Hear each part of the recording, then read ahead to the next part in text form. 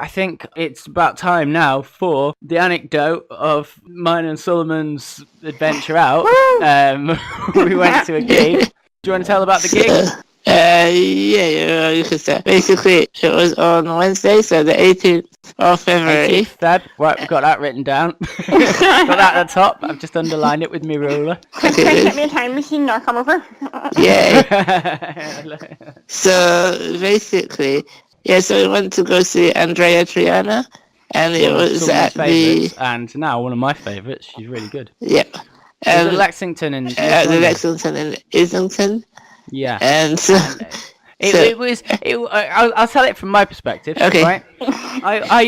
I'm meeting Sulaiman there at 7 for the 7:30 start. Sulaiman likes to get there early. Now we see why. So I'm like, I get to King's Cross and I've misjudged it. I thought it was right next to King's Cross. It's not about a 10-minute walk. So I'm walking down and I say to Sulaiman, "Oh, sorry, I'm just walking down. I'll be there probably 10 past." And then I get, because he said he was waiting outside with his brother. And then I get there and he's not outside. And I'm just like, okay, I'll text him. And then I thought I'd call him. Nothing. And then all of a sudden, I see Sulaiman's empty wheelchair going past me in the street. And I'm like, what's going on? Like, where's Sulaiman? Sulaiman, where are you? I can see wheelchair. People, like 10 people pushing it. Like, it's not just, whizzing along on its own. It's got an invisibility click on or something. So I was like, what? And because I was so bewildered, I didn't stop and go, wait a minute, you're Sulaiman's brother. Where's Sulaiman? So I just watched it fly past. And then I was like, oh, bugger, I can't. So I called him again. No answer. I was like thinking, blooming heck, if they don't come back round, I'm gonna have to pass this off as the time that I went to meet Sulaiman and I couldn't find him, but at one point I did see his wheelchair going past me. He's in the middle of the street and didn't do anything about it. So fortunately it did come past the other way, and I was like, oh, he's Sulaiman's brother, and he was like, oh yeah, and then I was like, where is he? And this is the bones of the story, is that there was no lift or no accessible. It was upstairs in Lexington, and there's no means of getting up there in a wheelchair or whatnot. Yeah, well, certainly not in a 200-kilogram wheelchair. So, well, your brother had carried you up there. Long story short is I got there early as I do. I saw Andrea sitting downstairs at the table, so I wanted to go say hi. So guess what? There's no accessibility at this one that I can't go upstairs.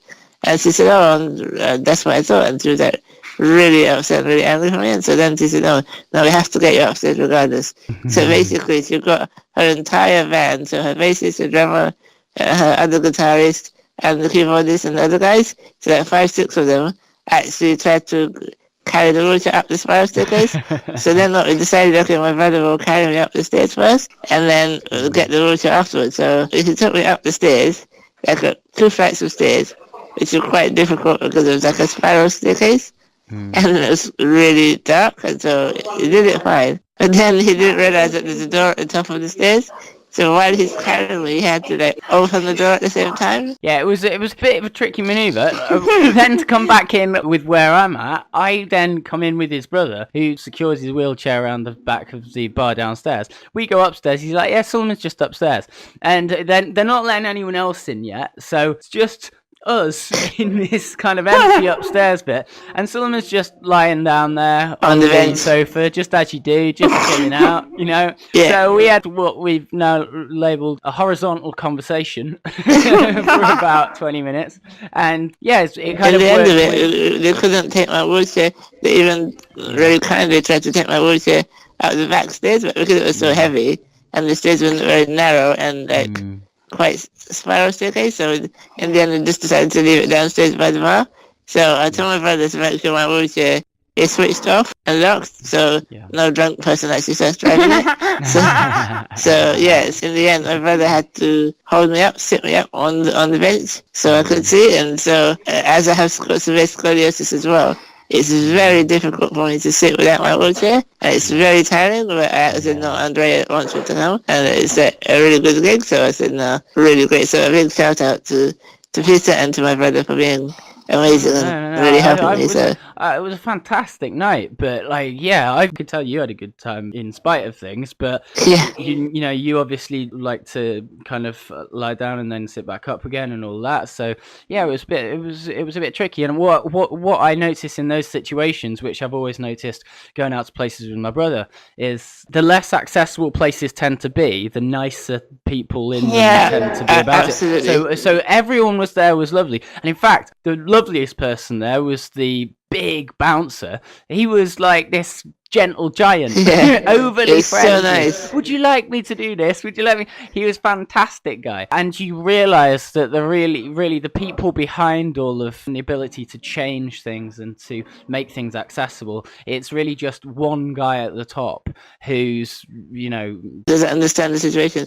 And the thing is, I was like, because I'm the type of person just to not give up and say, no, I don't care if they kick me out, I'm gonna get my brother to carry me. So I just got my brother to carry me up the stairs and enjoy the gig like that. And so the thing is, as a disabled person, it's very easy to get, there's two ways most disabled people take it. Either they just give up and they just stay at home, or they get very angry and say, no, I want this free shit, I want this, you know, I want, this is not right.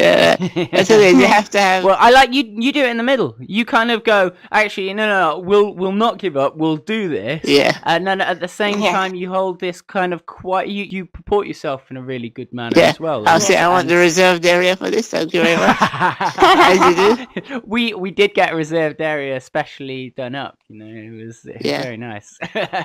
But Sulaiman didn't like suddenly lose his cool and go, I need a reserved area, whatever, you know, he got that. The thing is, in these kind of situations, you have to be quite firm, but you have to understand that people are only human and you can only do so much.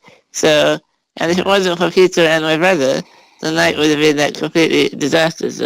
So I mean, it was a really good night. But yeah, you hit the nail on the head there with you have to be firm. I like that because there's no anger in firm. There's no need for anger in firm. The way I look at it, you have to be firm and have a sense of humor, you know? Because without a sense of humor, if you don't laugh at yourself, then it's like, it looks quite funny. And my brother carrying me up the stairs, like, where's the router? Why is he carrying me? And my brother said, there's a bar upstairs in the Lexington, for those of you who have been there. My brother even said, why don't we just lay you on the bar? I said, yeah, you can do body shots on me. and then I said, actually, no, don't ruin my tie. I was wearing a bow tie, so I said, no, you're not going to ruin he has to get a shout out for his bow tie there. Yeah. He's got some great bow ties on, Sulaiman. But the barman did even say, oh, do you want to sit up on the bar? And he wasn't even joking. I think that would have been hilarious. Not going to be the best picture ever. People just so obsequious. They'll do anything. Would you like me to lift you up in the air throughout the whole show? Do you want to sit on my head so you can see? It was quite funny. But like, some people might have seen the photo of me and Sulaiman just kind of lying down, chilling out. You know, that's the kind of sense of, you know, having a sense of humor that I think is good. Well, why should I just ruin my night? Because it's not accessible. It shows that we're powering through anyway. We ain't gonna let something like that stop us. So yeah, we'll post that up on the Muscle Owl. You know, anyway.